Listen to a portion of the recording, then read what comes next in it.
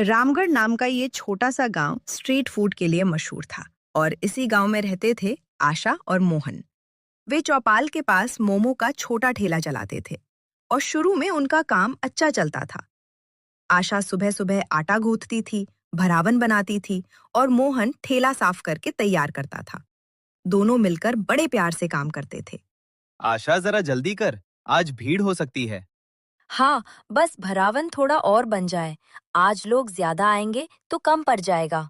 शुरू शुरू में गांव वाले उनके मोमो खाने के लिए लाइन लगाते थे। बहन, 2 प्लेट देना। आशा, तुम्हारे मोमो का स्वाद सच में अलग है। आशा और मोहन बहुत खुश थे। उन्हें लगने लगा था कि अब उनकी जिंदगी धीरे धीरे बदल रही है। लेकिन कुछ महीनों में हालात बदल गए। गांव में कई नए मोमो के ठेले लग गए और धीरे धीरे हर गली में मोमो मिलने लगे। अब ग्राहक अलग अलग ठेलों पर जाने लगे। धीरे धीरे आशा और मोहन के ठेले पर भीड़ कम होने लगी। आज फिर कम ही बिका। हाँ, पहले जैसी बात नहीं रही। सब लोग मोमो ही बेच रहे हैं आशा। अब ग्राहक हमारे पास क्यों ही आएंगे?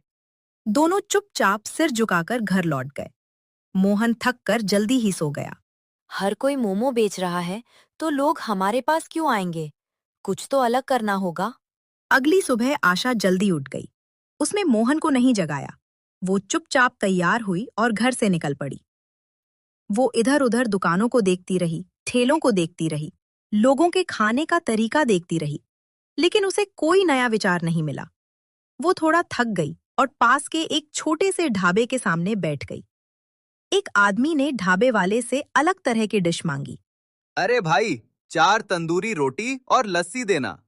आशा ने देखा कि कैसे आम रोटी की जगह वो ढाबे वाला तंदूरी रोटी दे रहा था। तंदूर में पकाई हुई चीज, लोग उसे अलग मान रहे हैं। उसने फिर से देखा। साधारण खाना भी जब तंदूर में बन रहा था तो लोग ज्यादा उत्सुक दिख रहे थे। अगर मोमो तंदूर में बने, तो तंदूरी मोमो। हाँ, ये तो अलग होगा।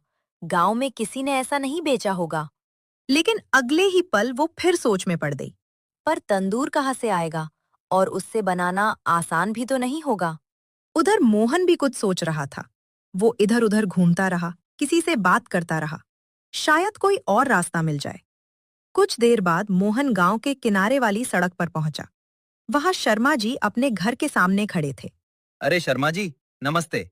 यहाँ क्या कर रहे हो? अरे मोहन, बस यहीं थोड़ा काम देख रहा था।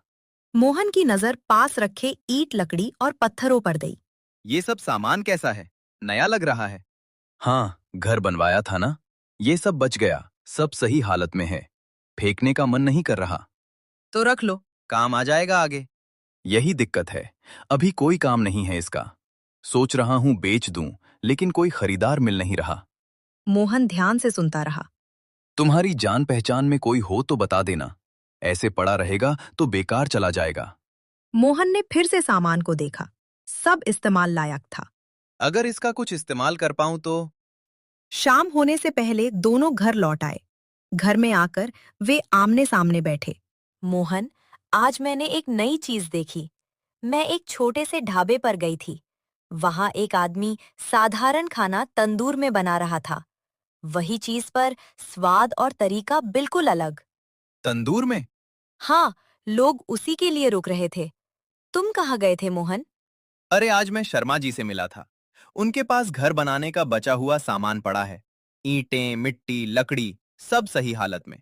वो बेचने की सोच रहे हैं। ईंटें, मिट्टी, लकड़ी? हाँ, क्यों? आशा झट से खड़ी हो गई। मोहन, मेरे मन में एक बात आई है। अगर हम उन ईंटों और मिट्टी से छोटा तंदूर बना लें, तो हम तंदूरी मोमो बना सकते हैं। तंदूरी मोमो? हाँ, ये तो अलग होगा। गांव में किसी ने ऐसा नहीं बेचा होगा, लेकिन हमारे पास सामान खरीदने के लिए पैसे ही नहीं हैं। हमारे पास थोड़े पैसे रखे हैं, बाकी हम उधार ले लेते हैं। शर्मा जी भले इंसान हैं, शायद मदद कर दें। अगर ऐसा हो गया, तो आज ही काम शुरू कर देंगे। अगली सुबह मोहन शर्मा जी के पास फिर गया। आशा भी साथ थी। दोनों थोड़े संकोच में थे, पर उनके मन में उम्मीद भी थी। शर्मा जी, कल जो सामान दिखाया था हमें थोड़ा चाहिए। हम एक नया काम शुरू करना चाहते हैं। अच्छा, कैसा काम? हम तंदूरी मोमो बनाना चाहते हैं।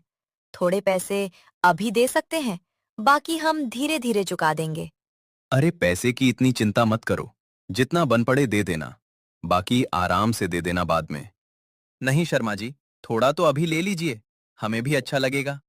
ठीक है, जितना देना है दे दो, बाकी जब काम चल पड़े तब दे देना। तो दोस्तों, यहीं खत्म होता है हमारी कहानी का पहला भाग। आशा और मोहन को मिल गया है एक नया सपना तंदूरी मोमो बनाने का, लेकिन क्या उनका ये नया प्रयोग सफल होगा?